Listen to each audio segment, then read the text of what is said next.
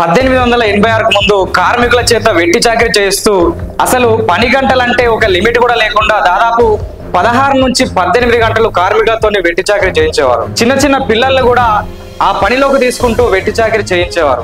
ఇక దీనికి వ్యతిరేకంగా అమెరికాలోని చికాగో నగరాన హే మార్కెట్ అనే ఏరియాలో కొన్ని వేల మంది నిరసనలు వ్యక్తం చేశారు. పని గంటలు తగ్గించాలంటూ పోరాటాలు చేశారు. ఇక ఆ నిరసనలో అక్కడున్నటువంటి పోలీసులు ఆ వేల మంది పైన విచక్షణ రహితంగా దాడి చేశారు. ఆ దాడిలో వేల మంది గాయపడ్డారు, కొన్ని వందల మంది చనిపోయారు. ఇక ఆ దాడిని ప్రపంచవ్యాప్తంగా ఉన్న నాయకులు, కార్మికులు ఆ దాడిని ఖండించారు.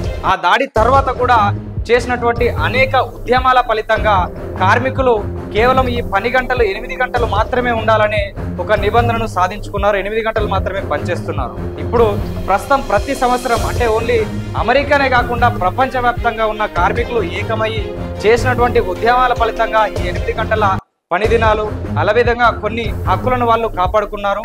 భారతదేశంలో కూడా ఇదే జరిగింది. ఇక మే 1 తేదీని మేడేగా కార్మిక దినోత్సవంగా జరుపుకుంటున్నారు.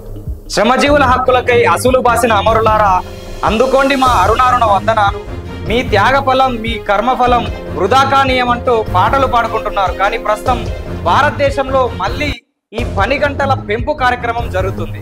ఇందులో భాగంగానే పెద్ద పెద్ద పారిశ్రామికవేత్తలతోని ఒక ప్రచారాన్ని మొదలుపెట్టారు. ఇప్పటిదాకా ఉన్న కార్మిక చట్టాలను బ్రిటిష్ వాళ్ళు ఉన్నప్పుడు కూడా వాళ్ళతో పోరాడి తెచ్చుకున్నటువంటి చట్టాలన్నింటినీ కూడా రద్దు చేసి ఈ లేబర్ కోడ్స్ అన్ని తీసుకొచ్చి ఆ లేబర్ కోడ్స్ లో భాగంగా ఈ పని గంటలు పెంపు చేయడానికి ఒక కార్యక్రమం అయితే జరుగుతుంది. ఇందులో భాగంగానే ఎల్ఎన్టీ చైర్మన్ గా ఉన్నటువంటి సుబ్రహ్మణ్యం గారు వారానికి 90 గంటలు పనిచేయాలని, మోదీ గారు కూడా 100 గంటలు పనిచేస్తున్నారు. 8 గంటలు పనిచేస్తే ఏమవుతుంది, దాదాపు 12 నుంచి 15 గంటలు పనిచేయాలి, నేను కూడా అదే విధంగా పనిచేస్తానని ఒక వ్యాఖ్యలు అయితే చేశాడు.